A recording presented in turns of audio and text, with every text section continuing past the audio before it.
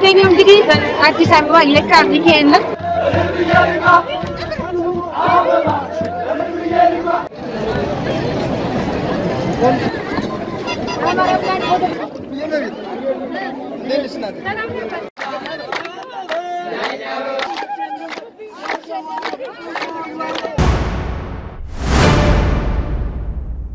ሰላም ሰላም፣ ጤና ይስጥልኝ እናቶቼ፣ አባቶቼ፣ እህቶቼ፣ ወንድሞቼ በመላው ዓለም የምትገኙ ቤተሰቦቼ እንዴት ናችሁ? እግዚአብሔር እንግዲህ በ2018 ጥምቀት ተደራምናል። ዋናው ጥምቀት ዛሬ ደግሞ ሚካኤል ነው። ዛሬ የሚገኘው እንግዲህ በአዲስ አበባ የካ ሚካኤል ነው። በጣም ግዳር ሚካኤል በጣም ነበር የሚከበረው።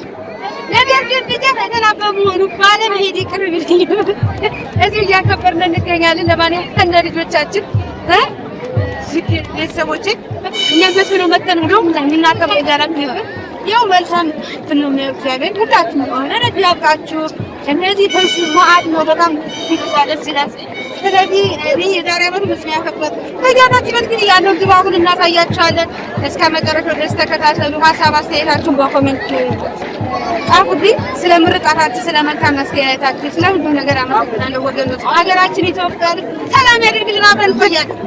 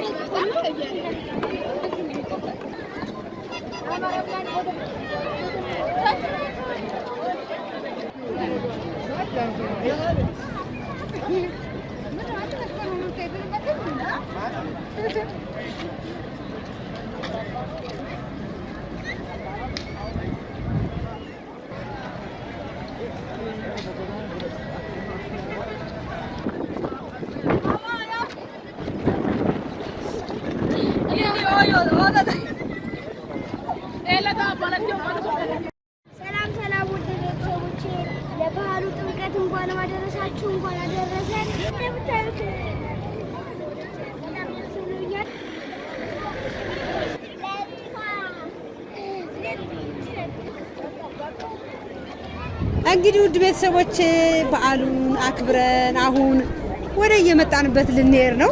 እግዚአብሔር ይመስገን። ያው ጥምቀት ከሚያስመስለው አንዱ ጭፈራ ነበረ። ያው አልጨፈርንም። እኔ አምና በነገራችን ላይ ጨፍር ያለው ዘፍኛለሁ። ጥምቀትን በጣም የምወደው ባህል ነው። ከልጅነታችንም ለሀገር ሳድግ ያው ታቦት ሲሸኝ ሆ ይባላል፣ ጨፈራል እና ብዙ አሁን እዚህ አዲስ አበባ ደግሞ የተለያዩ ብሔር ብሔረሰቦች እንዳሉ ሁሉ ሁሉም በየብሔሩ ይጨፍር ነበረ። አሁን የለም። መቅረቱ ጥሩ ነው እንደውም እና ያው እንደ አንድ ኢትዮጵያዊ ቢኖር ኖሮ ለምን እኔ አሁን ትንሽ ስንሞክር ሲበተን ሰብሰብ ስንል ሲበተን እርግፍ አድርገን ትተነው ያው ይሁን በሚለው የዛሬ አመት ወይ ጎንደር ወይ ትግዳር ሄጄ አከብራለሁ። ጎጃም እንደፈለኩ ጨፍሬ ዘልዬ እመለሳለሁ። የዛሬ አመት እንግዲህ ብያለሁ እንደ እግዚአብሔር ፍቃድ። ያው ደግሞ አጉል ከሆነ ደግሞ እዚሁ አዲስ አበባ እናከብራለን። ለማንኛውም በያላችሁበት የዓለም ዳርቻ መልካም በዓል ይሁንላችሁ። እኔም ወልጄ በጀርባ ያዝዬ እሷም አርግዛ ሆዷን ገፍትራ ዛሬ 4 ነን።